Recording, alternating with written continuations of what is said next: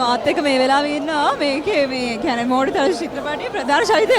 ඉතින් අපි අහම් බලන්න ඔයාම රඟපාපු ෆිල්ම් එක ඔයාම බලද්දි මොන වගේ හැඟීමක්ද ඉන්නේ? ඔව් මේ මගේ තුන්වෙනි නිර්මාණය. ඒ වගේම තමයි තුන්වෙනි ෆිල්ම් එක.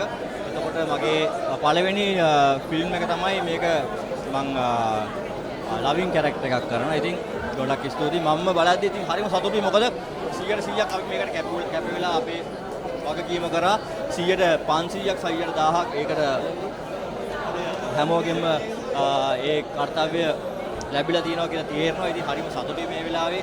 කියා ගන්න බැරි සතුටක් හිතේ තියෙනවා. සන්තෝෂයි අත. කොහොමද ඒ චරිතයට පනපවාදී මොන වගේ හැඟීමක්ද දැනුනේ මොන වගේ සිදුවීම්ද වුනේ? ඉතින් අපිට පොඩි දෙයක් කියමු බලන්න.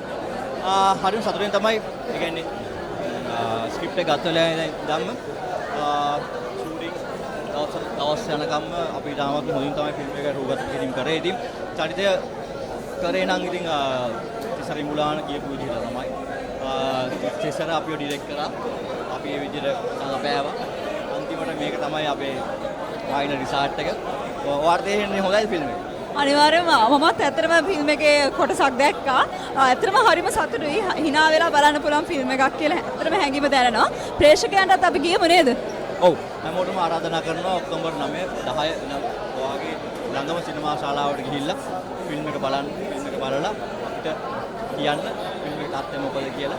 ඉතින් ගොඩක් ආරාධනා කරන හැම දෙනෙක්ටම ආදරෙන් ලංකාවේ සිනමාව මේ අවුරුද්දේ ගොඩක් විශේෂ තැනකට ගිහිලා තියෙනවා. ඉතින් තවත් සුවිශේෂී තැනකට ගෙනියන්න පුළුවන් ෆිල්ම් එකක් තමයි මොකටද තරඳු කියලා කියන්නේ.